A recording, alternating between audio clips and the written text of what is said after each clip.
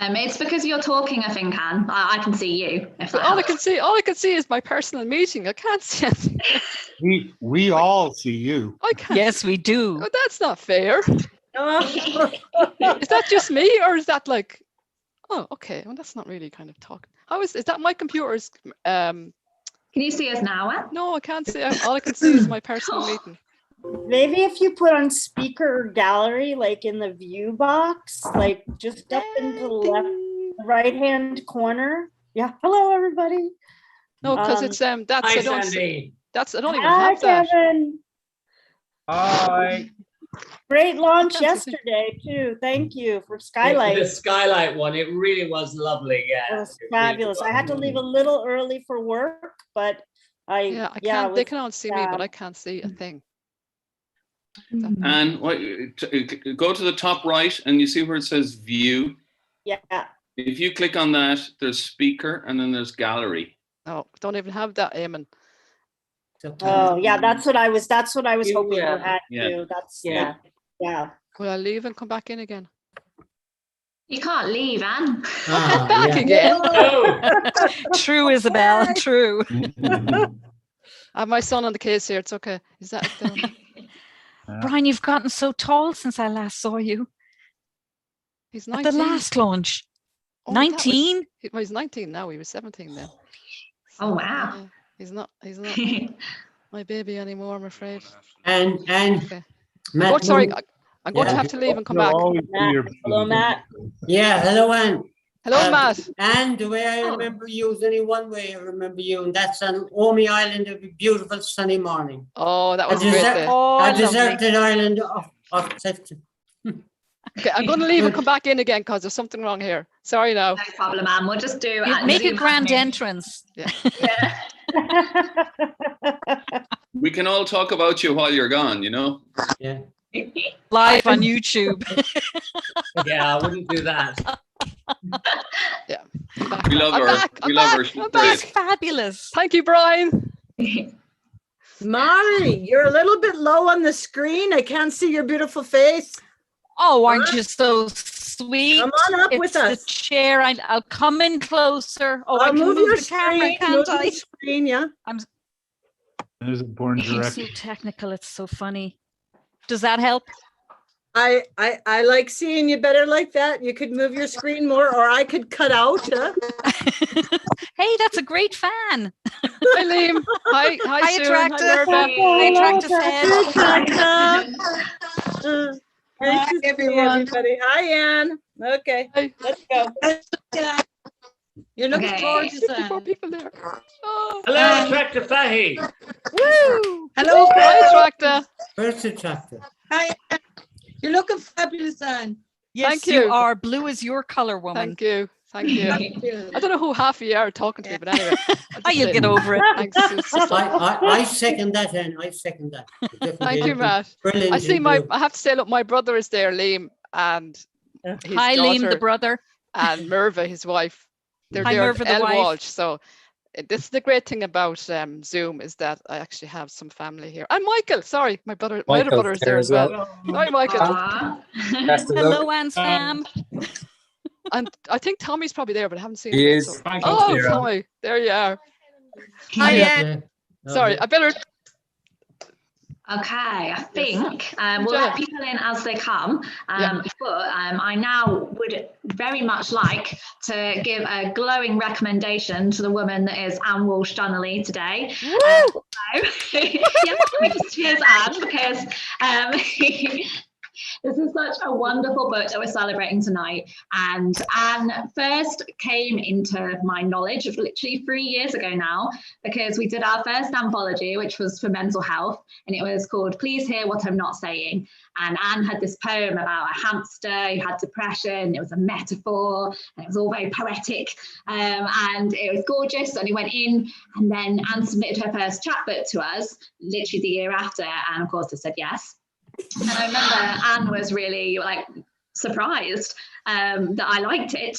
And I think since then, you know, it's just been gorgeous because she really just has grown in confidence and had amazing opportunities and performances across festivals and open mics. And obviously, I've always known that Anne is insanely talented, but I just love that Anne knows that now, and that you amazing people are all here to celebrate that tonight. So I would like to hand over to our main host for the evening, which is the lovely Kevin Higgins. Thank you very much for coming and celebrating with us today, Kevin. Kevin is the co-organiser of Over the Edge literary events in Galway, Ireland, and he teaches poetry workshops at the Galway Arts Centre, creative writing at Galway Technical Institute, and is the creative writing director for the National University of Ireland Galway Summer School. And he's the poetry critic of the Galway Advertiser. And there's a magazine called The Stinging Fly, which recently described Kevin as likely the most read living poet in Ireland. So who else would we have for the launch for Anne tonight to give us a host? Thank you, Kevin. Okay, thank you so much, Isabel. Can you hear and see me okay? Yeah. Yeah. Okay, brilliant. Right, this is a rare pleasure to launch this book. It has one of the most wonderful titles. I just love the idea of people going into bookshops and asking for odd as fuck. And I think you should say that rather than even mentioning that it's a book. Can I have odd as fuck, madam or sir, please? It is a delicious title, and it is so characteristic of Anne's poetry. Now, I think there's one thing I'd really like to say at the outset is a lot of poets have to go around the place pretending to be serious, and speaking in grave tones to underline their seriousness, and occasionally sending people to sleep at poetry readings. And that's seen by some as a mark of poetic seriousness. Anne doesn't need to do any of that because she is actually extremely, genuinely serious. Anne doesn't know this, but she's the only poet in the history of Over the Edge that anyone ever complained about the content to me of one of her poems, her more racier poems. And I think it is a true mark of innovation that in this time when, I mean, in Ireland, you could get letters to the local newspapers about absolutely nothing in relation to the arts. The slightest, you took the name of a bishop in vain or something like that. But genuinely, Anne's poetry takes risks, and not risks for the sake of sensation.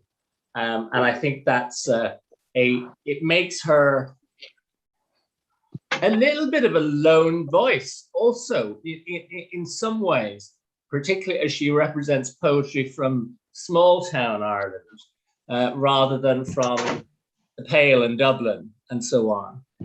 Now, also though, you could get, I think there are two sides to Anne's poetry. There is a really beautifully tender side, which is in poems like the extended poem at the start, which is wonderful, Days Like These.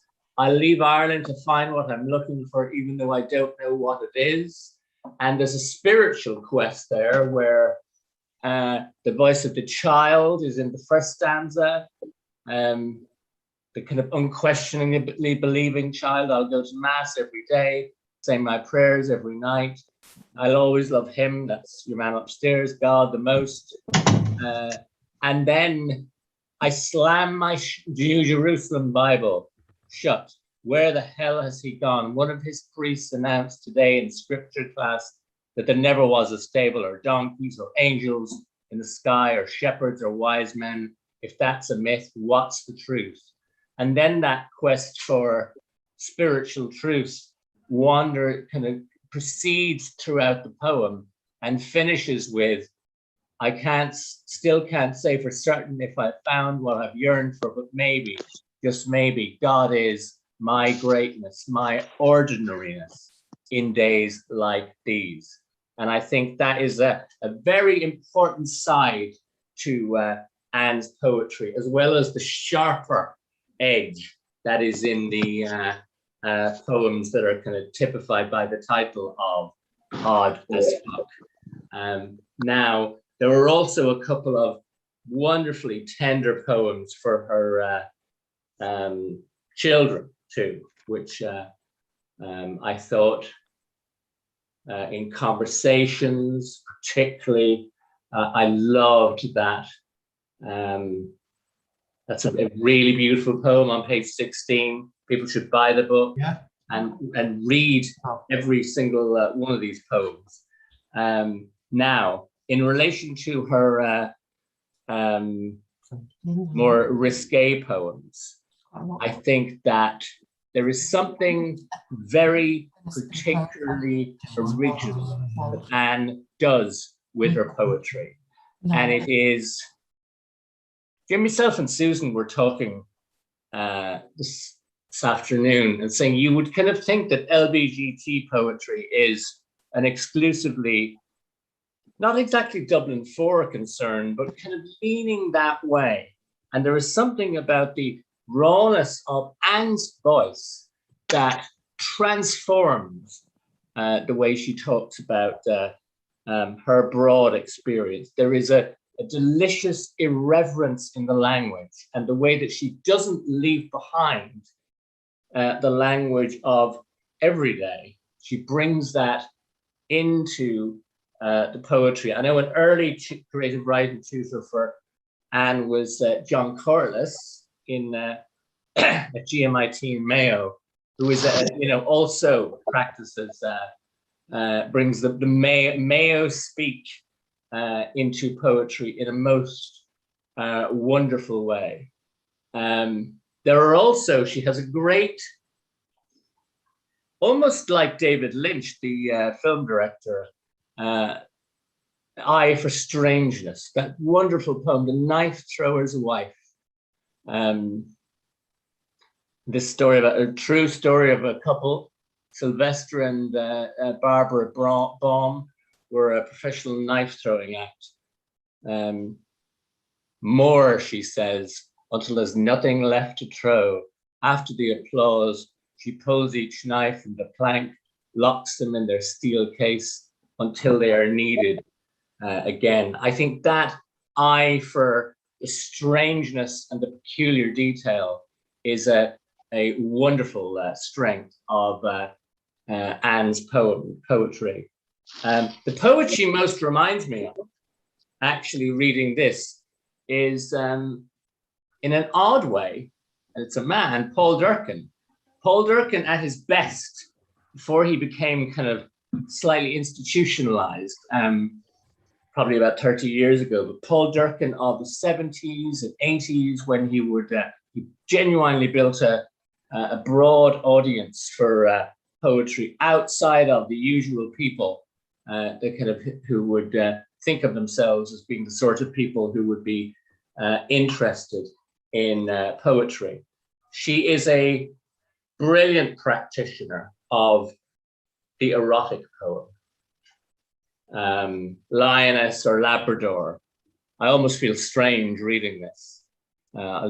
Sometimes all I want is to be a lioness, pounce on my lover, tear at her clothes, as if pulling flesh from the carcass of a fawn, and it goes on. And talk to me like lovers do as well. There's mention of red silk knickers here. I won't go beyond that. She really makes those poems wonderfully alive, and no sense ever that anything is put in for shock value. Just here it is. Make what you will of it is Anne's approach to poetry, which is the making of her work, really. There is another special, we were talking earlier about, there are certain body parts that feature fairly regularly in Anne's poetry, particularly female body parts. And she has a truly glorious poem, page 89.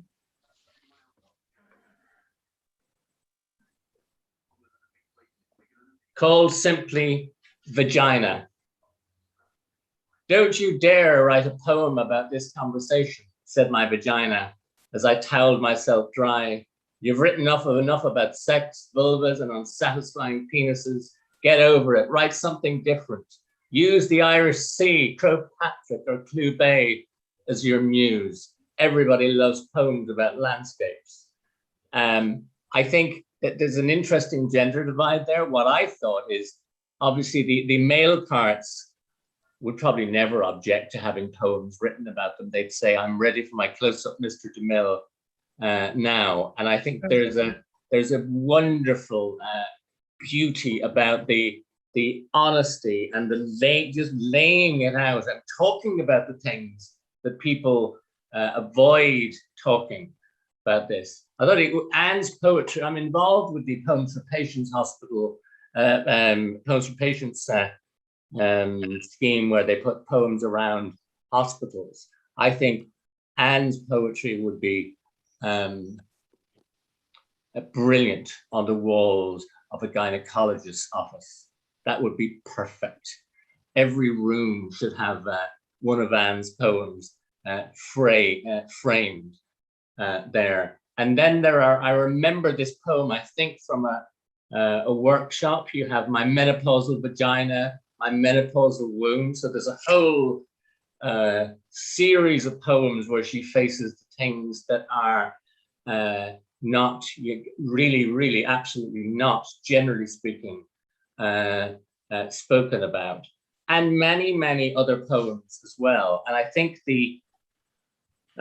this is an important moment because this is the launch of a very particular voice, a singular voice. I cannot think of anyone who writes like Anne Walsh Donnelly.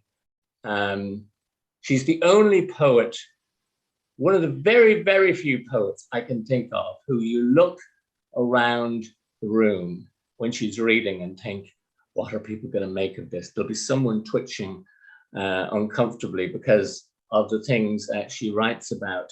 And I wrote an article there that was published during the week about, trends in Irish poetry. And there is a big trend to doing what I call kicking dead archbishops, writing about the church as if it was a really brave thing to do now that their power has been greatly reduced, not abolished, but greatly reduced. And I think there's something new in feminist poetry that Anne's poems do that takes things to, writes about where we are now in such a fabulously honest way. And she is in no sense a poet who just wants to be part of things as they are. She wants to be her own voice and bring her own voice relentlessly to into Irish poetry and to a broad audience. And I really hope that this book flies. I think it will. I think some reviewers won't know what to make of it. They'll break out in a sweat. But it won't. They are the sort of poems that don't go away, stick in your head, and you remember that voice. And that is the mark of a really original poetic voice. And I wish the press, Fly on the Wall Press, who've done great work promoting new poets, and many of them Irish poets, and the absolute best in her poetic, I don't like using the word career, but her poetic vocation, because that's what it is. And I think you will remember in years to come that you were here at this launch. And it'll be like the 1916 Rising. Far more people will claim to have been here than actually were, because it will become one of those singular occasions, the launch of Anne Walsh Donnelly's debut collection. So over to the woman of the hour herself. Oh, wow. God, I'm speechless. And there's my dog. Fred is coming in. I've adopted a dog and he's here, Fred. It's a long story. Anyway, look at just first of all, I just want to thank all of you for being here. I just can't believe there's so many here. Some of you I know in person, some I don't, some I know online, but all of you, I just really, really, really, really appreciate all of you coming here tonight. And so there has to be, I'm kind of very speechless now after Kevin. Jesus, how can you follow that? I have a few thank yous before we start. And the first thank you is to Kevin and Susan. I'm very grateful to you both for all the support you've given me over the last number of years. I remember the first online workshop I did with Kevin was in 2017. And I remember at the time thinking that I wasn't writing real poems. And I remember I'd say, is that a real poem? Is that a real poem? And Kevin would say, yeah, it's a real poem. I said, oh, phew, that's good. But like I met an awful lot of people through Kevin's workshops. And so any of you out here that were in his workshops with me, I want to give you all a huge thanks, because it was your encouragement that kept me going. And there was times when I really didn't think I could write. And it was only your feedback that encouraged me to keep going. So like I say, like, you know, this book, there's a bit of everybody in this book. It's not just me, it's everybody I've encountered in my life. And, you know, the writers, you out there watching, really, this is your book as well. So I just want to give you a huge thank you to Kevin and Susan and all of you who have been with me. I want to give a thanks to the Mayo Arts Office and Words Ireland, who were very generous. They gave me a mentorship last year, and Nuala O'Connor, who was my mentor and who saw the manuscript, the near final manuscript, and gave me some really good feedback on it, and helped me bring it to where it is now. Also, Isabel, I haven't forgotten about Isabel. Jesus, Isabel is just a wonderful person. Like I met her online 3 years ago, and I still remember getting an email from her. I sent off my chapbook, The Woman with an Owl Tattoo, to her, and it was the first time submitted anywhere, and I didn't think she, you know, just said send it off for to see how we get on. And I'll never forget, because I got an email from her, and it was so funny because it was the day before, I work in GMIT, it was the day before our annual conferring, and I was running around the TF in Castlebar in mad panic because, of course, you know, everything wasn't going to plan. And I just went on my phone, and there was an email from Isabel saying, we're going to publish your chapbook. And I was like, yay! You know? So I'll always remember that moment. And obviously submitted all this folk last year, and fair play to her, she took it on, and she's just, I've learned so much about writing and the publishing journey with Isabel, and it's been a joy working with her. She's just a really lovely person. So thanks a million, Isabel. So who else have I to thank before I start? Oh yeah, I better thank my two kids, Brian and Hannah, who are watching in another room here. You know, what can I say about them? They've been on this journey with me. I remember it was 9 years ago this time, 9 years ago I started writing, and I didn't tell anybody at first. Well, there was two people I told, but apart from that, because I was embarrassed, like, you know, writing poetry, like who does that? You know, so I was really embarrassed. So I didn't tell anybody. So they noticed I was on the laptop a lot more than usual. And like, ma'am, what are you doing? I said, no, it's okay. I'm not doing that. It's just work. You couldn't be doing work that for this long, every, you know, all weekend and every night. And I said, okay. I said, well, I'm writing poetry. And they were like, wow, that's so cool. Now they were, what age then? What ages were they then? 10 and 8 maybe? I think they were 10 and 8. That's so cool, ma'am. And anyway, so then the next thing was, okay, so you're going to write a book. And I said, no, I'm not good enough. No, you're going to write a book. So the plan was, I was to write the poetry, Hannah was going to do the book design and illustrations, and Brian, being as cute as Brian is, was going to look after the money side of things. Now there's no money in poetry. I think he's found that out too late. But anyway, I just huge thanks to Brian and Hannah. They're wonderful children, and just a shout out to my brothers. Some of them are here tonight, and my parents who aren't here, but I'm sure they'll watch a recording of this as well. So that's all the thank yous. I think that's, yeah, I'm just trying to have it. Oh yeah, no, that's it now. Sorry, I just have a little thing here. Didn't think I'd be as emotional as I am, so you'll have to forgive me. Oh yes, I knew there was someone else I had to thank. Poetry Ireland, who and Martina Evans, who selected me for the Poetry Ireland introduction series in 2019. very grateful to Martina for selecting me for that, and also to all my what do I call you, my peers, the 11 other poets that were in Poets Ireland Introduction Series in 2019. We're still in contact. Fabulous group of poets. Just a lovely group of poets. So thank you to any of you who are here tonight as well. Okay, I better start reading some poems. Yes, okay. So what do I say about it? Well, Kevin has said an awful lot. I think Kevin really has done a wonderful job in summarizing what the book is about, because he's got everything. He's got the in your face poems, he's got the spiritual poems. So I don't need to explain any more about it. I do want to say, though, first of all, before I start, I've dedicated the collection to mothers who have lost children and children who have lost mothers, especially those I've been privileged to spend some time with on this earth. Some of the women I love most dearly in my life have suffered tremendous loss, both in losing mothers at a young age and also losing children. So this is for you. You know who you are, and you know, there's a lot of loss and grief in this book, but there's also a lot of hope in it. So now I'm going to start reading some poetry. Okay. First one, well, it's actually dedicated to Hannah, but it's for both of my children. So Brian, please don't feel insulted. And we had this discussion beforehand, and Hannah said, "Are you going to read my poem?" I said, "Yeah, but you're not reading Brian's, are you?" And I said, "Well, sorry, Brian, but like I'm only 7 to read, and I read yours a lot last year. So anyway, Brian, this is for you too. It's for the two of you. I love you both loads." And just to explain the poem, a couple of years back, I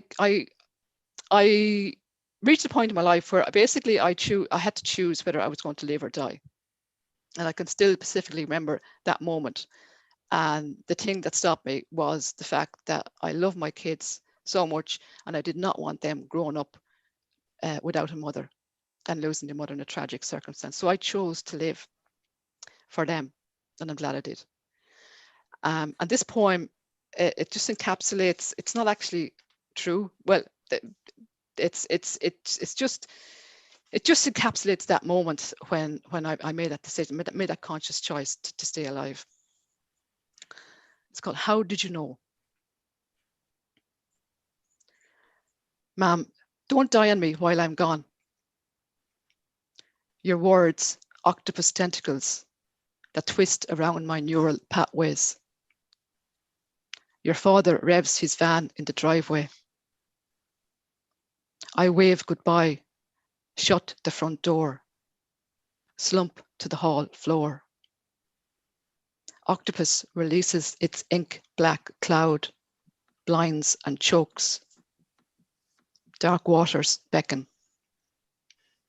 I finger the note in my pocket, dream of days I could swim with eels, lounge on a lake's bed, gaze up at Earth's ever-changing sky, no longer susceptible to its moods. More of your words surface. Ma'am, my life would be screwed if you died. I haul myself to the bathroom, shower my body, cry myself dry, watch fire flames curl my note. How did you know I loved you too much to screw up your life again?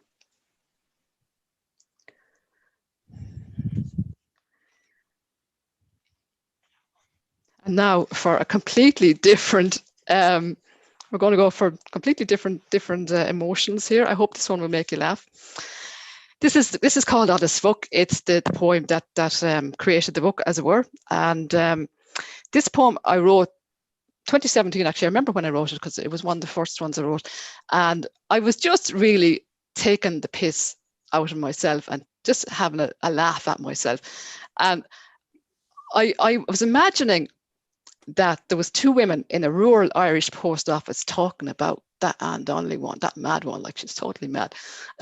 So it's obviously fiction, but it's just yeah, just poking a bit of fun at myself. So here it is, Odd as Fuck. Bridie, did I tell you? Victoria dyed her hair, same colour as a hawthorn berry. I nearly choked on the body of Christ when she knelt beside me at the altar on Sunday. I knew the day herself and Jim got married it wouldn't last. Dancing like a goat up the aisle. No father to give her way. No proper hymns at the mass.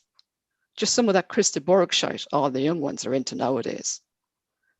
Wearing a purple velvet dress and rainbow earrings. Her 5 brothers were the bridesmaids. As himself said, odd as fuck. I told Jim she didn't save herself for him. And do you know what he said to me? Ma, the only virgins in this town are the nuns. Paid no heed to my warnings. I know sons never do. Think us mothers are pure Egypts. Not in Egypt now. He's back in his own bedroom, waking up to the smell of a fry every morning. She wasn't very domesticated either. I could smell the steak burning from our house. And every sponge cake she made in that fancy new range of hers collapsed. Poor Jim was like an orphan lamb with no yo to feed him. We were well off without her. God only knows what kind of kids she'd have produced. And she wouldn't be the type of woman that'd mind myself in her old age. But wasn't it awful sad about Dick Hanley? Only 69. Maggie will find it hard to manage the farm on her own. I hear her daughter's moving home from Ballina. Got a teaching job in Ballina. She'll be on the hunt for a man. A laying hen like her will have no problem getting one. Bridie, did I tell you? Jim's applied for an annulment. I'm posting his application now. There you go. I hope you like that one. Oh God. So that's the one that's inspired the title of the book. Okay, I'm trying to find the next one I was going to read and I can't find it now. Yes. This is another one of my favorite poems, and it's a bit of an echo. No, okay, sorry. Okay, so this poem I wrote last June 2020, and it was the 10th anniversary of the ending of my marriage. And for some strange reason, whether it was because it was the 10th anniversary or whether it was because we were in the middle of a pandemic, but for some reason, the grief, I really grieved the loss of my marriage. It took me 10 years, but anyway, I really, really grieved it. I could really feel that pain, that searing grief. But the lovely thing about it was that even though I was really grieving, I felt held. Something was telling me it was going to be okay, that this would pass. And for me, that was the divine. For everybody, it's something different. But for me, I felt held by God. And what my one wish for any of you here tonight who have lost someone, and particularly maybe in the last year, my one wish for you would be that you would feel held and loved and acknowledged in your grief. So this poem is for you. It's called I Sat with Grief. She came after the children were fed and put to bed, just when I thought I had no tears left to cry. She climbed into the bath, sat behind me. I felt her in the fingers that shampooed my hair, in the loofah that scoured dead cells from my thigh. The water grew cold, but she scalded my skin. I watched red welts rise and spread across my abdomen. I heard her in the pop of the plug when I yanked it upwards. She gurgled in the waters, swirled down the drain. I let her towel my body dry and brush my hair. She softened coarse strands with coconut oil that smelt of honeymoon nights. I didn't rage, rationalize, ignore, or trivialize. I just sat on the bat's lip and cried, knowing I would not be swept away.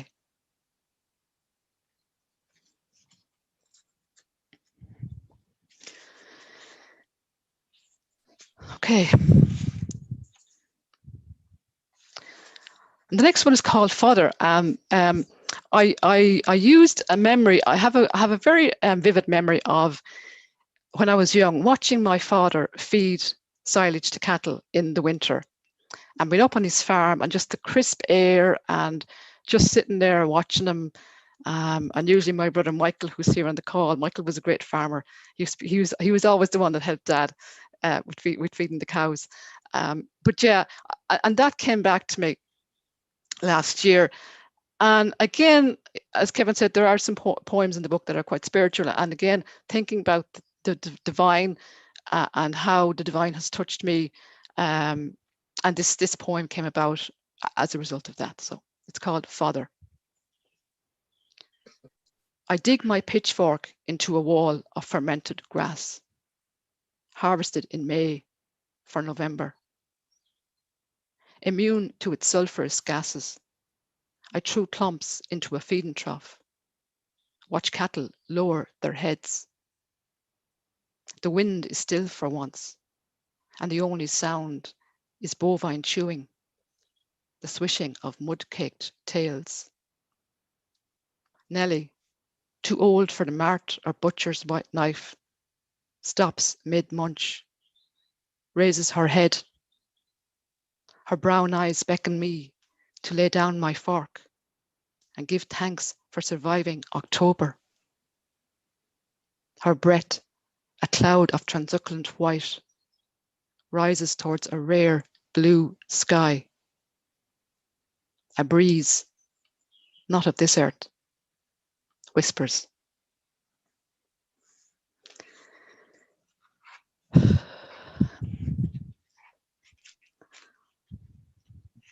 Okay, the next poem, trying to find it. Oh, yes. Catherine is here. This is for Catherine. Catherine's here behind me. She's a very good friend of mine, and we've known each other. But Catherine was in Prague, I think it was January, February 2020. Yeah, January, with her husband, January 2020, and we had a weekly writing prompts thing going at the time, and so she sent a couple of postcards from Prague, and this is the one she sent me. Hope you can all see it. Can you see it? Yeah, isn't it gorgeous? You all see it? Yes. So lovely postcard. Fell in love with it and just so me. So it inspired a poem. So this is the poem, and thanks, Catherine, for the prompt. Catherine is here. You going? Okay, she's taking a photograph. Okay, so here's it. Joy, it's called, right? Joy is a naked woman sitting astride a speckled grey mare, raising her arms like a victorious marathon runner, exposing the virgin white of her underarms and baby sham breasts. Joy is her hands bound by the untamed locks of her salted hair. I imagine mine delving into the folds of her unstarched body. Joy is another woman on a piebald, knees bent, her derriere a reversed C, skin the colour of Uluru sandstone, lips parted. Joy is the feel of hoofs sinking into damp sand, oblivious to the tide, creeping towards them like a white veil threatening to shroud. Joy is sitting in Prague, watching wild women ride. You, the grey speckled mare, and I, the piebald pony. So thank you, Catherine. Okay, so yes, this is a poem I was not planning on reading tonight, but I have to because Isabel did a little poll on Twitter, and she put up 4 poems, and the idea was to get people to vote as to the one they wanted me to read tonight. So it's funny because she put up My Therapist's Dog, Menopausal Vagina, Simmering Orange Sauce, and Lioness or Labrador. And I was sure everybody would want me to read My Menopausal Vagina, but they didn't. So it was My Therapist's Dog they wanted me to read, so I have to read it. So and just actually to explain too, there's 10 poems in the end of the book, and they were inspired by Martina Evans. So thank you, Martina. I read her poem called, what was it called again? The Day My Cat Spoke to Me. And I just loved it, and I thought, this is brilliant. So I just started writing loads and loads of poems about different things talking to me. Like there's an eel that talks to me, there's a surfboard, Ford Fiesta, vagina, eel, moon, umbrella dream. So anyway, there's 10 of them. But anyway, this is the one where My Therapist's Dog spoke to me. And I have to dedicate this to Bailey. And Bailey sadly passed away last year, but I'm sure wherever she is, she's looking down, and hopefully this will give her, you a laugh, and it'll give her a laugh too. So my therapist's dog. Ah, geez, not you again. Her golden retriever muttered as I stepped out of my car and slammed the door shut. When are you going to stop coming here? She has to have 2 coffee pods before your sessions. The doctor told her to stop drinking. Sets her heart racing. It's you, not the coffee pods. And what was going on at the last session? I was having a grand sleep under the elm tree till you started giving out. What have you got against crows? They were highly insulted. You've been coming here for far too many years. I said as much to her last week. She starts jabbering on about transference, attachment, and detachment. I had to go outside for a run to clear my head. And why do you have to hug her after every session? She's your therapist, not your mother. Stop snapping at my ankles, I said as I tried to walk around her. Leave it her for a few days, she barked. If you saw her first thing in the morning, or had to eat her burnt potato skins, or sit at her feet and watch Pointless every night, that'd knock the love out of you. It's time for you to go live your own life. Get yourself a man, or indeed a woman. Stop wrecking our heads with your daddy never loved me stories. There's only so much of that a dog or a therapist can take. Any therapists out there, listen, please don't take any offense by that at all.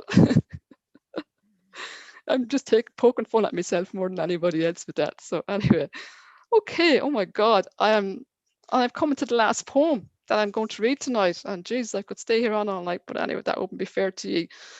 So thanks for listening, everybody. And this is the last poem in the collection, and it's called Signet. And it's a poem of hope. I wanted to end the collection on a note of hope. So this is all about hope. It was inspired by a poem Emily Dickinson wrote called Hope is a Thing with Feathers. I'm sure most of you are familiar with that poem. I love it. It's one of my favorite poems. And this was actually, again, reflecting back on the moment when I finally decided to leave my marriage. And one thing was in my head at the time, and it was enough is enough, you know? And I think like there's always times in our lives that you come to that time when you're in a situation and you either choose to stay in it because it's too scary to leave it, or you choose to just F-U-C-K it and just go for it and just leave. And it's a flipping hard decision to make. But this is all about that. It's about that moment you come to and you think, enough is enough. So, Signet. Listen to your signet whisper. Enough is enough. Grasp Emily's hope with feathers. Wade through the wooded swamp, knee deep in dank muck. Grab a downy birch branch and rise. Cut the curly-leaved waterweed that litters your cyan lake, threatening to pull you under. Skitter along the lake surface until you have enough speed to lift your feet. Then soar. There you go. Thanks so much, everybody, for listening and being here.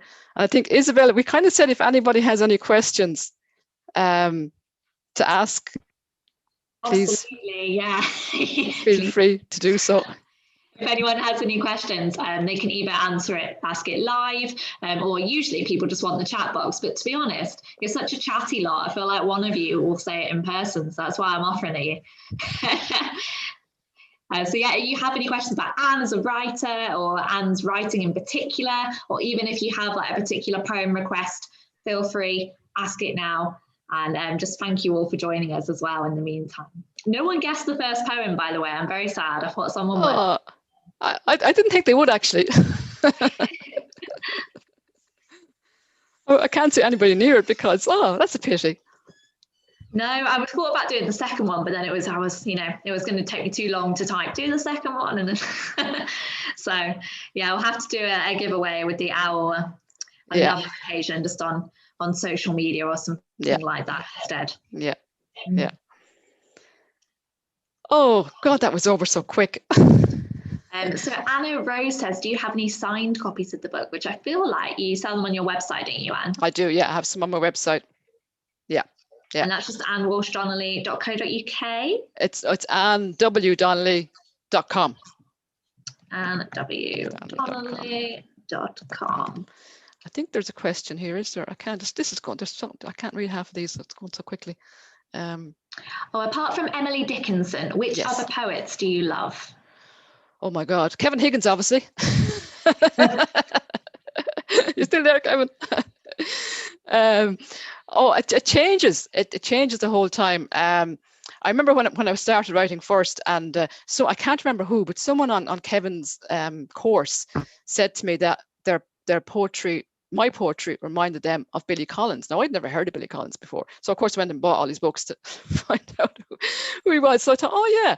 So and the last year or two, I didn't like Mary Oliver when I encountered her first, but the last year or two, I just love her stuff. Absolutely love her stuff. And she's got a book, and I must get it again. But she has a book about poetry about her dogs, and I read it and I thought it was nice. But I kind of get it more now that I have adopted a dog, so I kind of get it more. So I must get it again. But who else do I love? Paul, actually, it was very funny. Kevin said that Paul Durkin, that my poetry reminded him of Paul Durkin. Would you believe when I started writing poetry, it was Paul's book. I think it was the first poetry book I ever bought. And I loved it. And I thought, oh, so my poems could be real poems because they were kind of a bit similar to his. So yeah, but it just changed the whole time. There's so many new poets coming up, and I'd be afraid to say any names because I'd probably offend someone if I didn't say their names. So, but yeah, contemporary poetry is more. There's a question here from my daughter.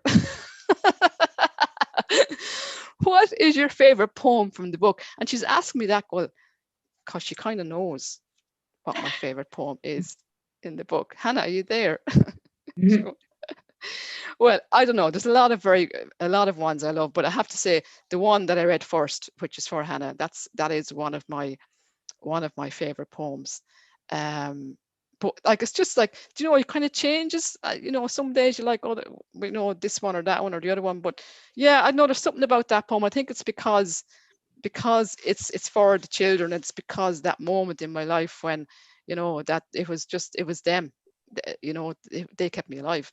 So how did you go from sharing poems with your kids to making the leap into sharing them public? Sorry, another question there from Damien Donnelly, who's no relation, by the way.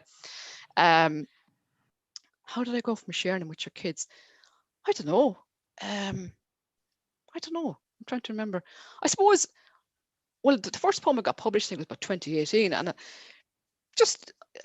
I think because of the workshops I did and because I was getting such good feedback from the participants on the workshop, that gave me the courage to just start putting them out there. So yeah, I think it was just fellow writers, coming across fellow writers and meeting them in groups and their encouragement. I thought, oh, okay, maybe I could put these out into the real world. So I don't know if to answer your question, Damien, or not, but yeah. We've also missed one, Anne. Have I? Sorry, go on. It says, what are you working on now, if you're working on something? Oh, yeah. Well, okay, yes. Well, I have my next collection pretty much written. Not sure what I'm going to do with it. I think it's my best work, and it's all fiction. There's none of my own stuff in it. Well, there probably is subconsciously, but there's none of my, it's about this guy called Matt, and I'm not sure what I'm going to do with it because it's kind of a mixture of prose and poetry. But it's based on where I work in GMIT, and the building we're in was an old psychiatric hospital. And so I think was thinking about the people that lived in that building before we came along, and the walls are full of stories. So this guy anyway is a guy that he's he was living in a psychiatric hospital for years and years, and now he's been rehoused into the community, and it's all about, you know, his how he's adjusting, and there's a lot of, his family was very dysfunctional, but that's kind of, it's pretty much nearly done. I'm not sure I'm going to do it yet, but it's lovely, and I love it, and I love the character as well, and the fact that it's fiction too, I think it just makes it, you know, I don't know, it's just, I just love him. And you know, when I wrote the last poem, I was like, oh Matt, you know, so, but yeah, so not sure what I'm going to do with it yet. It's a bit like Max Porter's book Grief is a Thing with Feathers. I don't know if any of you have heard of it, but it's a bit like that. So but for the moment, yeah, it's just kind of getting this thing out in the world. That's the main thing. I haven't done much new writing since Christmas, unfortunately. It's just kind of, I don't know why, but it'll come back again. It kind of goes like that, you know. You have your times when things lie fallow, as it were, and you just things are there, but you're not conscious of them. They're not ready to come out yet. So yeah. So but yeah, I'm sure I'll get writing again soon. But yeah. So yeah, it's like I write plays as well, and I write short stories and lots of different things. So I'm kind of non-fiction as well. Someone said to me once that it's not a good idea, well, according to this person, it's not a good idea to be, you know, all over the place with your writing. I should concentrate on one genre, but I just go where the writing takes me, and sometimes it feels like a poem, and sometimes it's a play, and sometimes it's a story. So I just have to go with whatever the voices in your head are telling you. That makes me sound a bit daft, but yeah, there's a lot of voices in there dying to get out. I was going to say we're returning to voices, but I think people were saying that you should record your poems, and when you were reading, especially the Odd as Fuck poem. I feel like I'm the only one that's sworn, but oh well. I should have said FUCK. But yeah, so, you know, I know that you write your plays as well, so maybe one day you'll have a dramatic monologue and you'll be the actor. So who knows? Maybe it'll be writing and acting. It's kind of there. It's kind of one of my dreams, to be honest. But like my problem is now I'm in the menopause and my memory has gone to hell. So like standing up on the stage like for an hour, sure, I'd probably get lost halfway through. I wouldn't trust myself. But you never know. You never know. You know. Jim says a vagina monologue. I feel like it has to be written like the Irish vagina monologues or something. Yeah, I think I'm nearly actually over that stage now. Does that sound? Do you know the way, like, kind of like The Owl was all about my coming out journey and being gay. And I remember when I finished it and I was out in the world, and I was still writing a few lesbian poems. And my daughter, she's going to kill me now because she's watching this and sitting. But she said to me, what did she say to me? Ma'am, I think now you've enough of lesbian poems written to write something else. But in a way, I've kind of like I'm not writing very many lesbian or women parts or menopausal poems. It's like kind of like I've cleared my throat and they're kind of done. That phase is over. So there's something else new coming out. So I'm going off on tangents here totally now. But anyway, but what was the question again? I can't remember. Oh yeah. Anyway, sorry, I derailed you because we were finished with the questions. So I just thought I'd get you chatting about everything and anything. yeah, but yeah, I try to go on all night, but yeah, it's like kind of that you kind of, it seems as if like sometimes you're clearing your throat, and then if you get the whatever it is. For me, it was the gay poems that were the most urgent thing, and now that's gone, and now the Odd as Fuck is gone as well. It's not gone, but for me, it's gone.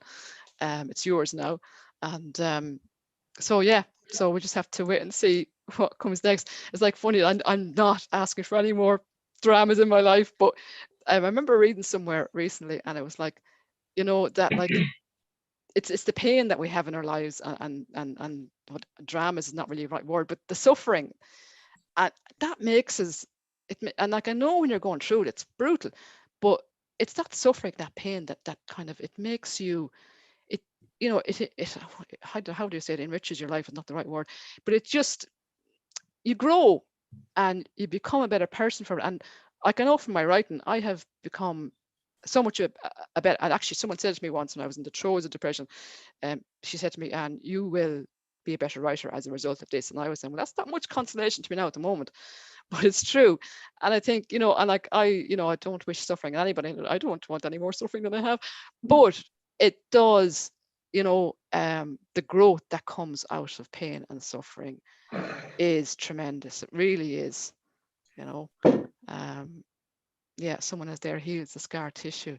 Yeah, it just and you know, I wouldn't be where I am, and I wouldn't have this book or the previous one or all the stuff I've written if I hadn't gone through some tough times. So I'm so glad that you have been writing and using it as a therapy, Anne, because now we all have gorgeous books to read that we can dip in and out of, and that have such variety and spirit in them. So just wanted to say on behalf of everyone, unless I've missed any questions, I don't think I have, but just shout me in the chat if I have. But a massive thank you for joining us today. It's been gorgeous to celebrate with you and Anne. And thank you so much for being odd with us this evening and being such a full of spirit audience. I love that everyone was really chatty tonight. You don't always get that on Zoom. So thank you to you, thank you to Anne, and thank you to Kevin for being a gorgeous, wonderful host. And maybe we can all just unmute and clap. I was just going to say a big cheer. Yeah, let's do it. Amazing.